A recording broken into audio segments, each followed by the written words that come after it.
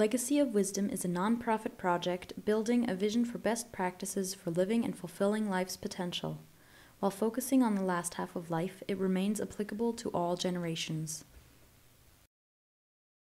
I wonder whether you could say more like how very personally and practically for you, what helped you to, reflect on your journey to develop your healing and your discovery of quote-unquote wisdom, because I think we often maybe don't want to call ourselves to be wise.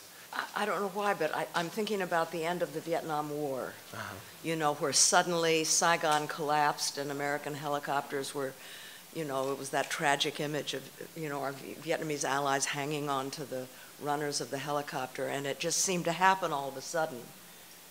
But of course it didn't. Yeah. It had been going on for decades, well, not for thousands of years.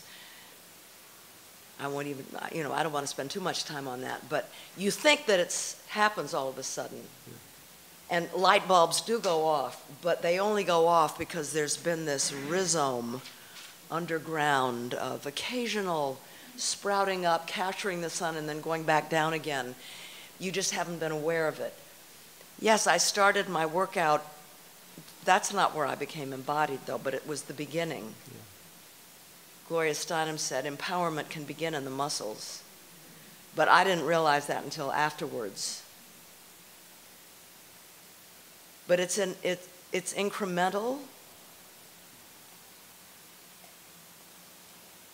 Embodiment didn't happen to me until I was single. I mean, just bluntly, because I was in inauthentic relationships, and so I couldn't become authentic or wise. Yeah. But, I've talked a lot with Roshi Joan about this, and she taught me a word, interoception, which she should really talk about, but I'll do it and then you can correct me.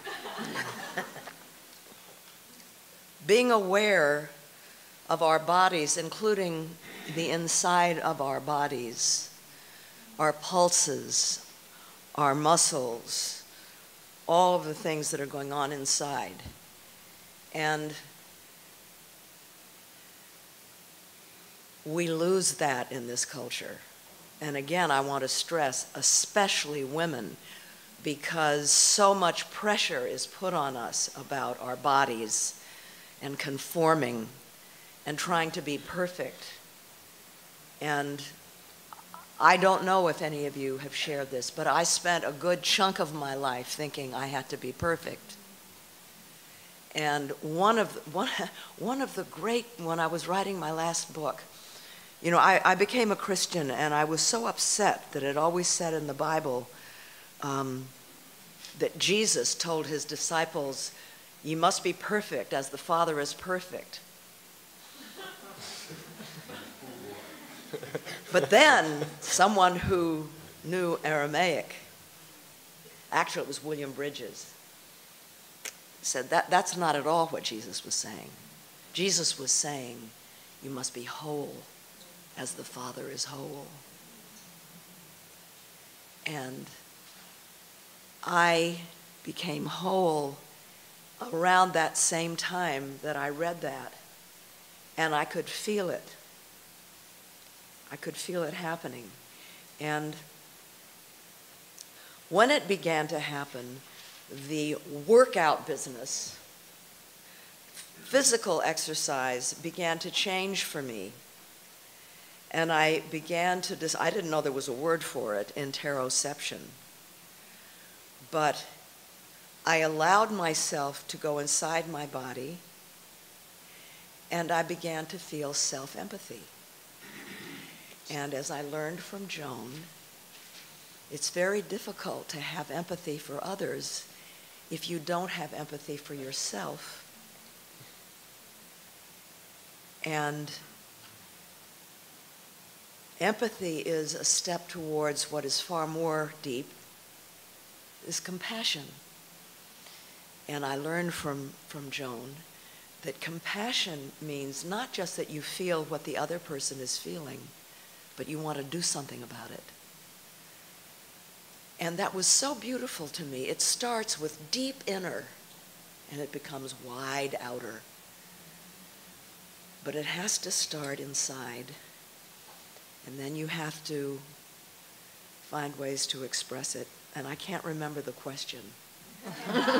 See, but here's a bit of wisdom. Because so many people think, you know, I'm 73, you can't remember things right away because short term, the synapses aren't quite the same. And people say, oh my God, I'm getting Alzheimer's. No, that's not the same thing at all. But what I'm finding is that if you just breathe into it and relax, it comes to you. Right. But what was the question? I'll tell you, but let me preface it with you answered it Answered beautifully. it. Okay, I've answered it. But you haven't.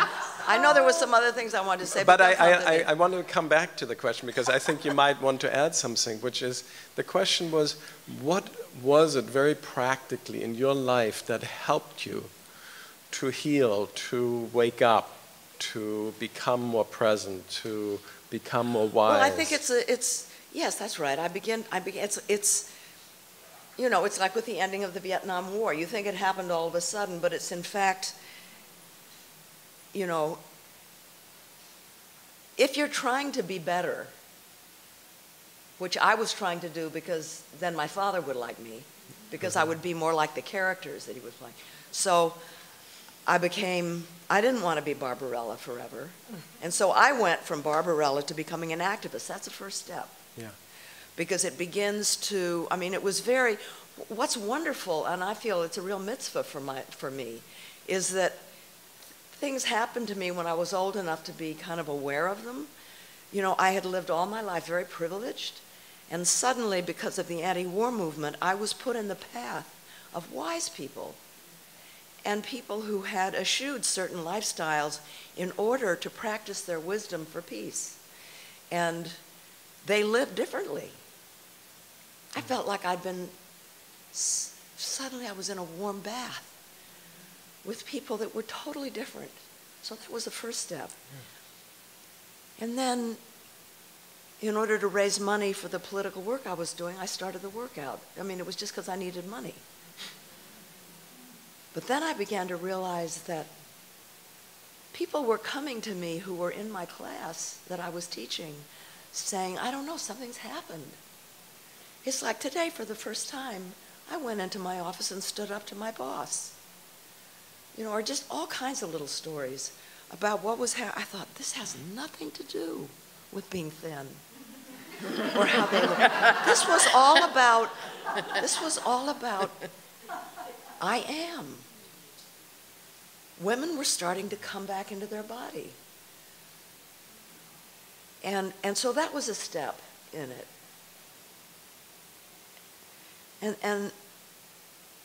But I think that the most important thing, and I've just finished a book that's coming out in September called Primetime, and I write in it about the value of life review. I wrote my memoirs. I mean, I'll just be personal. I mean, I said I knew the moment that I began to become wise, and it was the day that I left Ted Turner. And I was alone. I had spent 10 years taking care of 2 million acres and running the houses and buying underwear in bulk and having a plane that could sleep 8 and a lot of noise and action. And suddenly I was alone in the house of my firstborn, who had just given birth and was in Paris because her father was dying. It was like beginnings and endings. And it was utter silence. And I was so sad. And I could feel myself. I could feel myself. I was sad, but I thought, I'm standing on my own 2 feet. I'm becoming whole. And I said out loud, this is God. And I knew I was right. And it was shortly after that I knew I was going to write my book. And I knew that although I'm really different on the surface, that if women tell their truth, it's revolutionary. If we go down deep, and it's universal. Mm-hmm. And so that experience, it took me 5 years writing my life. going back and not just I did this and I did that, but how did I feel? And identifying the transitional moments, of developmentally transitional moments. And it can be births and deaths and divorce and illness, and it's always painful. You know, somebody said, God doesn't look for awards and trophies, God looks for scars and wounds, and I know that's true, and probably we've all experienced that. That's what you learn, if you can be open to be broken open instead of being shut down. And Viktor Frankl, Man's Search for Meaning. In this book, you know, he who spent 5 years in a Nazi concentration camp, he wrote that he knew who would survive. And then when he completed his book, Man's Search for Meaning, what he says is our greatest freedom, the freedom to choose how we metabolize what has happened to us. And what I found by doing a life review and doing it, you know, when the tough stuff came, I could feel my muscles get tight. And my breathing, I had done not much, not until Joan, not much enough to know meditation, enough to know that when the breathing got shallow, I had to work on this. And so paying attention to my body, I mean, there were times when I would be sitting in a down parka shaking as I wrote on my laptop. But trying to always have a forgiving, open heart. And I came through it, and I was different than when I started, because I had chosen to metabolize the things in my life differently. And so in this other book that I've written, I urge people to do that, to do a life. I discovered in research for the second book that it's something that doctors, gerontologists, psychologists advocate. I hadn't realized that. So I think that this is deliberate reflection on the experiences that you've had. And it was deeply valuable, probably the most important thing that I did. And it happened because I turned 59 and I realized, holy cow, in a year I'm going to be 60. And that's going to be the beginning of my third act and last act. And, you know, third acts are important, right? You've been to plays where the first two acts were like, what? What was she thinking? And then along comes the third act and that's what that meant. And so, you know, the challenge to me, I realized I have a year to figure out what am I supposed to make out of my third act? Well, I couldn't do that until I knew what the first two acts were about. You know, I mean, I didn't want to be like Columbus, you know, who didn't know where he was going when he left, didn't know where he was when he got there, and didn't know where he'd been when he got back. I wanted to try to figure it out.